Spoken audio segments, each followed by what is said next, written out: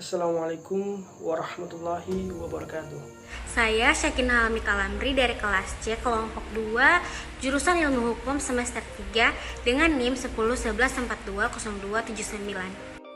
Saya Putri Ramadhanti Anton Taha. Perkenalkan, nama saya Andres Samsa, saya dari kelas C jurusan Ilmu Hukum Fakultas Hukum dengan NIM 1011420046. Perkenalkan, nama saya Raya Pratama Konyo dengan NIM 1011420183. Saya dari kelas C jurusan Ilmu Hukum Fakultas Hukum Universitas Negeri Gorontalo.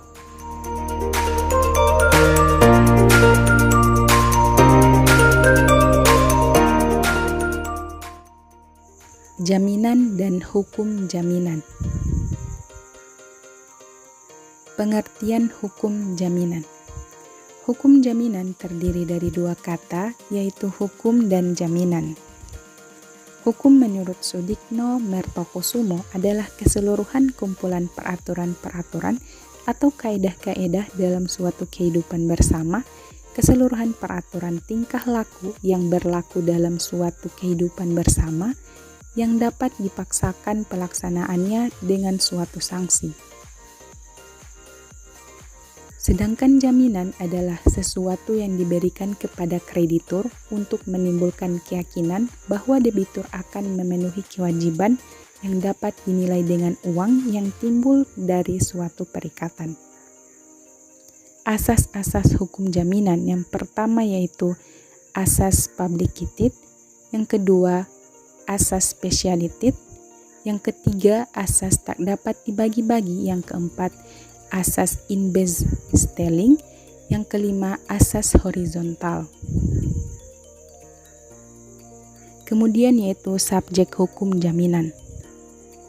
Subjek dari hukum jaminan yaitu yang pertama adalah kreditur.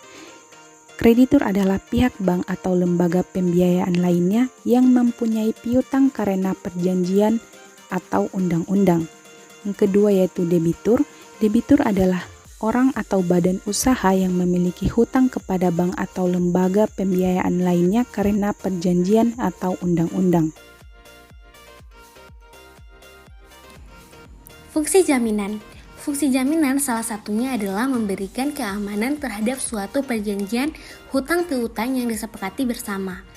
Nah, selanjutnya ada klasifikasi jaminan. Yang pertama, ada jaminan yang lahir karena ditentukan oleh undang-undang. Kedua, jaminan yang lahir karena perjanjian. Yang ketiga, jaminan yang tergolong jaminan umum.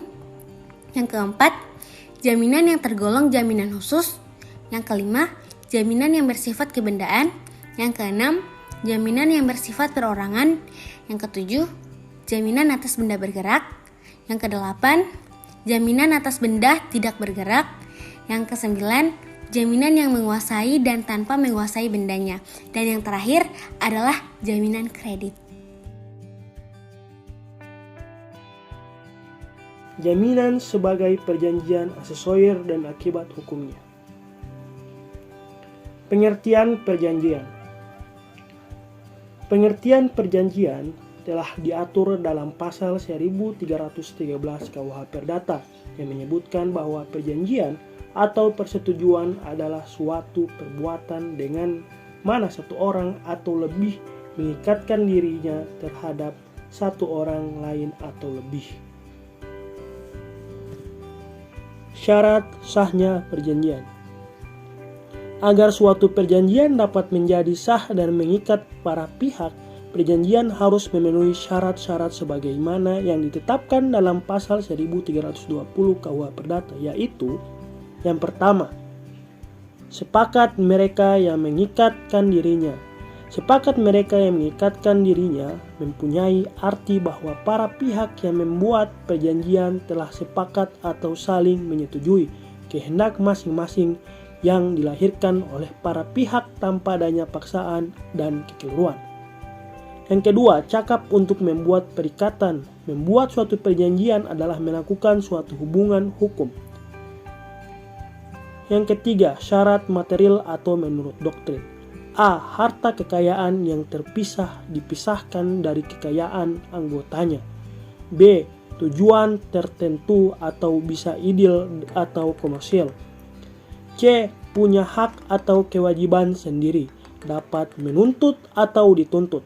D. Punya organisasi yang diteratur tercermin dari anggaran dasar atau anggaran rumah tangga. 4. Syarat formal. Syarat-syarat yang harus dipenuhi sehubungan dengan permohonan untuk mendapatkan status sebagai hukum biasanya diatur dalam peraturan yang mengatur tentang badan hukum yang bersangkutan.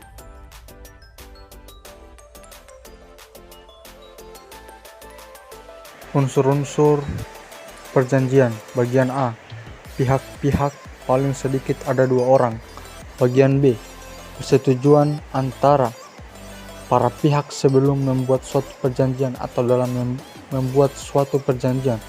Para pihak memiliki kebebasan untuk mengadakan tawar-menawar di antara mereka. Bagian C. Adanya tujuan yang akan dicapai, baik yang dilakukan sendiri maupun oleh pihak lain-lain selaku subjek dalam perjanjian tersebut. Bagian D. Adanya prestasi yang harus dilaksanakan para pihak dalam suatu perjanjian, mempunyai hak dan kewajiban tertentu yang satu dengan yang lainnya saling berlawanan. Bagian E.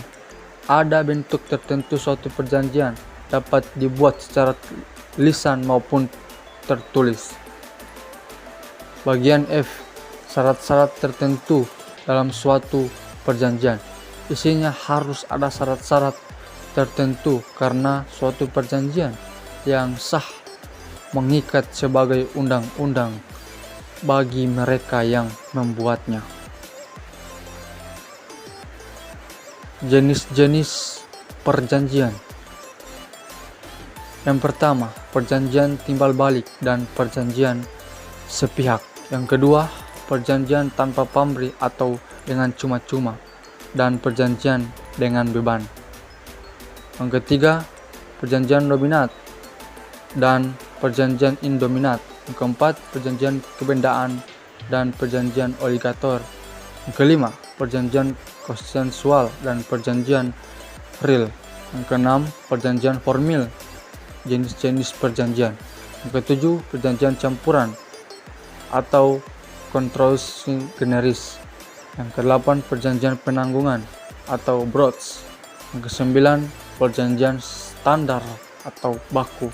Yang ke-10, perjanjian garansi dan Derden Bedding. Oke guys, jadi sekian penjelasan tentang materi hukum jaminan. Semoga dapat bermanfaat. Terima kasih sudah menonton. Dan jangan lupa like and share video ini. Wassalamualaikum warahmatullahi wabarakatuh.